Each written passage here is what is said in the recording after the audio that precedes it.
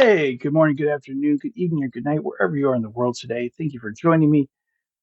Today, we're going to make the horse, also the unicorn, and Pegasus.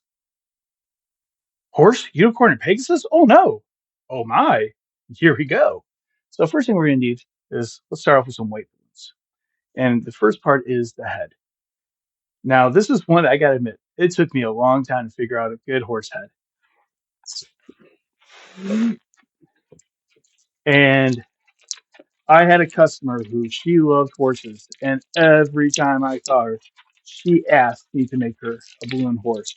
And I just could not, for the life of me, make a head that she liked and thought looked enough like a horse. Until one day, I started getting crazy, and I figured out this one, and she thought it looked like a horse. So let me show you what it looks like, and then we'll do it together. But it was good enough for her, and put a lot of smiles on people's faces over the years. So this was back again, 15 plus years ago, 20. So we need one other thing here for the horse head to be complete.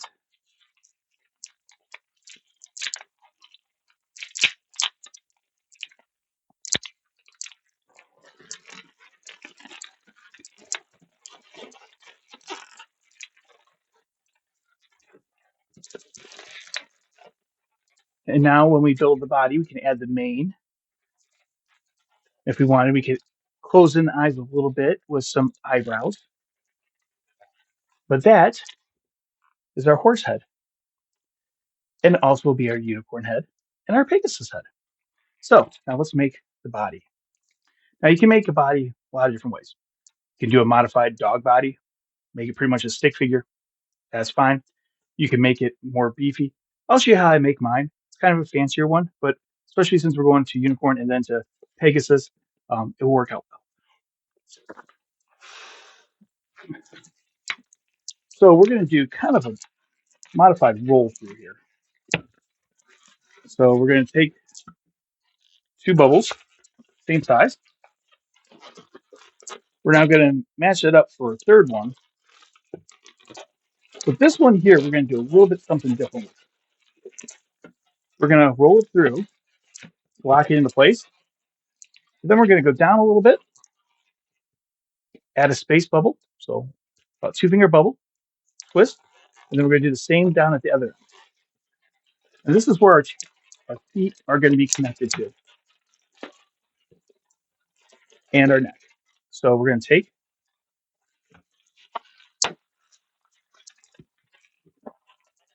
there we go, take our head,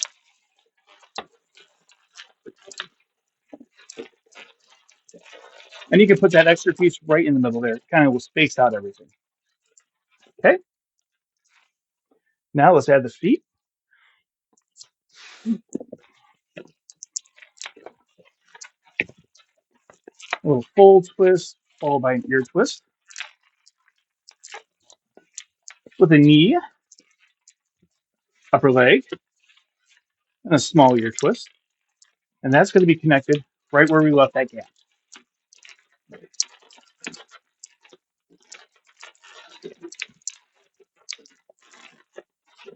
Okay. Now we're going to do that again in reverse. So upper leg, knee, bottom of leg, ear twist, and then a full twist.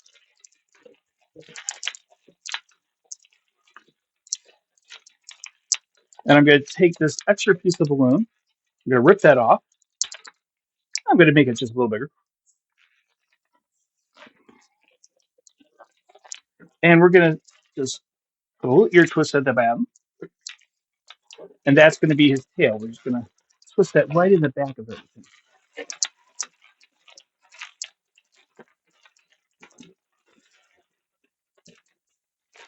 Alrighty. Now, here's a little tidbit. Watch where you're putting your nozzles when you make animals or anything else that is alive, and make sure that they're not hanging in certain places. we're just going to leave that at that. It happens. I had a fellow twister who found out after doing a birthday party that she made a mistake many times, and she felt really bad. So I just folded the tail a little bit, gave it a little squeeze. Now we're going to do one more step for the legs.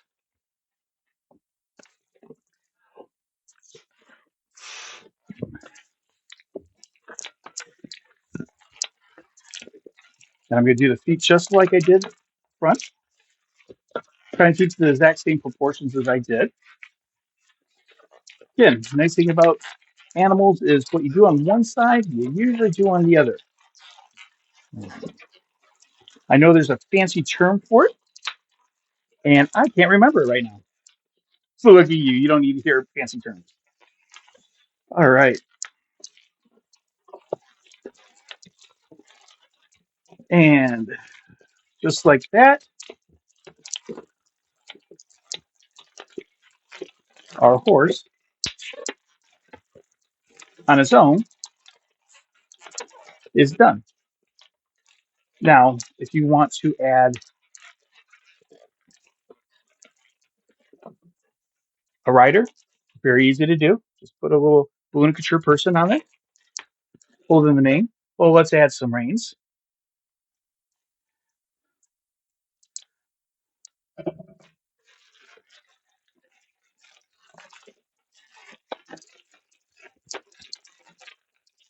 Wrap that right into there, and I'll wrap it right. Just twist it one time around the ear, twist the back of its neck. There we go. Now, here's a question. How do you do the horn on the unicorn? It's actually not that hard. The key, I find, is find a 160. And you're going to inflate it, not at the end where you normally inflate, but quite a bit down. So what I usually do is I stretch it out, loosen up that area because that first bubble is always going to be a little hard.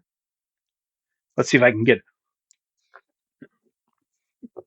There we go. Because what I want is a lot of nozzle and neck.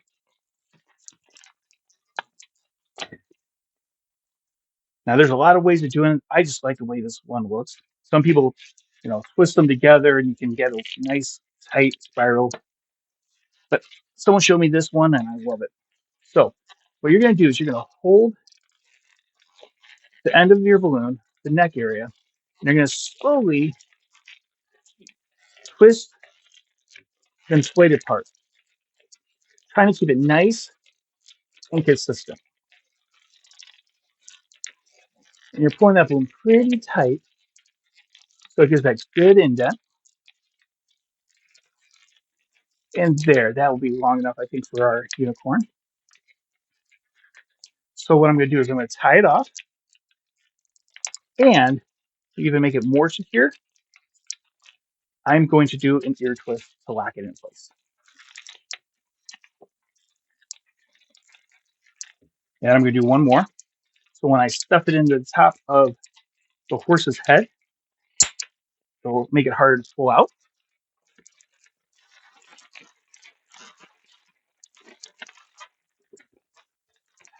And you know what? Unicorn doesn't need to be ridden. Unicorn deserves to be free. So let's untwist the reins. There you go. But you know what? Let's add some more color to it. Let's again take another 160. Let's give it a purple or pink mane.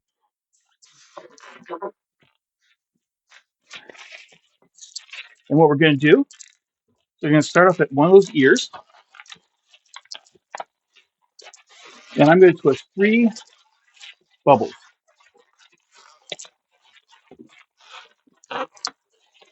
Just like that. And I'm going to go around the neck, that ear twist. And now I'm going to twist. Whoop, and there we go. Well, that happens sometimes. But this is also a good time to show how you fix a mistake when it happens. you don't need to start all over. So what we're going to do is we're just go right back to where the nose was. I'm going to do it right back. Okay. I'm going to make an ear twist so I can lock everything into place as I twist around it. Try to grab that where the balloon did deflate so it won't lose any more air from that place. Okay. Let's see where we're at. Let's see what we lost. We didn't lose too much. You know what? And hey, balloons are fragile. And it's my opinion, one of the things that makes balloons pretty stinking cool is because, well, things happen. They pop, they shrink, they don't last forever. You know, when I make my large sculptures that take 20 hours, people have to ask me, like, do you feel sad that it's gone after a little bit of time? It's like, a little bit. But at the same point, as long as people were able to enjoy it during the time it was around, then that's pretty good. So I'm just doing a couple of repairs here, kind of working in reverse just to make sure everything's still where it should be. And sometimes it doesn't. It's not worth repairing, but sometimes it is. It matters how far along are you in the project. So there we go. Okay. So we lost the eyes. That's fine. Easy enough to make them good. You know, as Bob Ross would say, there is no accidents, just happy little trees. And in balloons, they're just happy little balloon dogs. One of the hardest things for me when working with balloons, when I first got going and really started taking it seriously, is I wanted everything to look perfect because that's what I saw my mentors doing. But you know what I've learned over the years is I've actually learned more from pops and mistakes than from perfection. Sometimes, as Joe would often say, my mentor, science projects are where we actually learn those crazy little balloon mess ups that you don't even understand sometimes why. But that's okay. Life isn't perfect, neither is balloons. I hope I didn't break any big surprises to people about life. I have a feeling you've already all learned that. So what I'm doing is I did 4 balloons, 4 bubbles down, and 4 balloons back up. But then right when I got to the second one, I just crossed over so that it locks into place. And it kind of gives it that braided look. And around that ear twist around the neck. And I'm going to go do up 3 more bubbles up the top to finish up the top of the mane.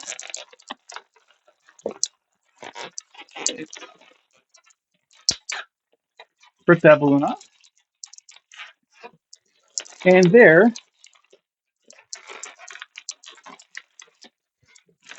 you go. And then let's add our unicorn horn.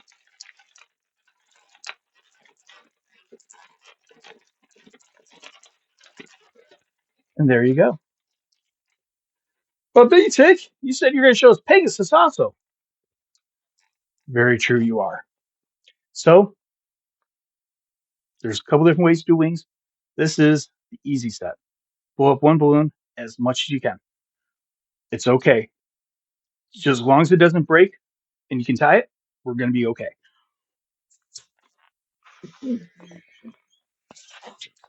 Oh, get that nozzle going.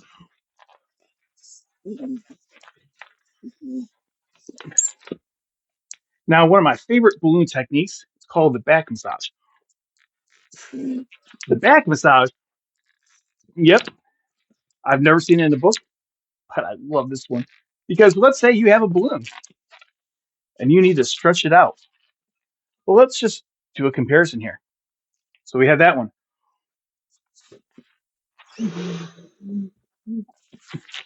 And we got this one. They are both the same length. Okay? But the back massage method.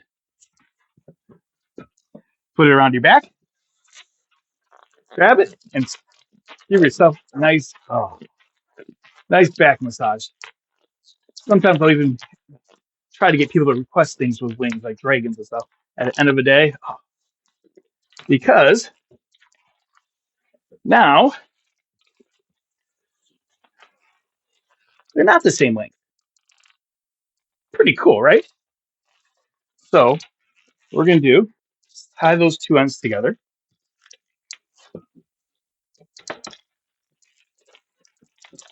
Go around the bottom of the neck,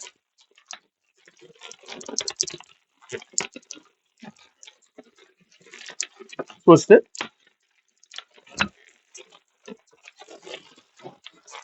bringing it down underneath the upper body parts.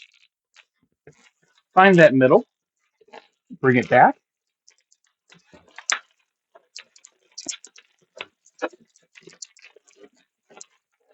and now we can go up to the top, and we're going to just give it a nice little squeeze. Let's see, there, and a nice little there, nice little squeeze. And if you want, do the same thing in reverse on the back part.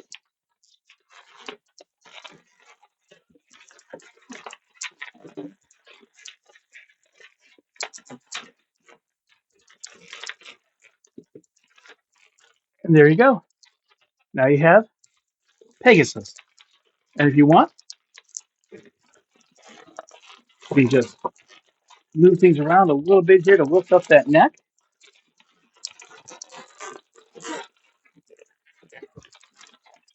And there you go. A little Pegasus. A little unicorn, a little Pegasus. And that is that. Well, I hope you learned something today. I hope you had some fun with me. And again, just remember, when it all comes down to it, a smile is free. A thank you only takes a moment, but a word of encouragement at the right moment can change a life. So keep on twisting. Have a wonderful day. Adios.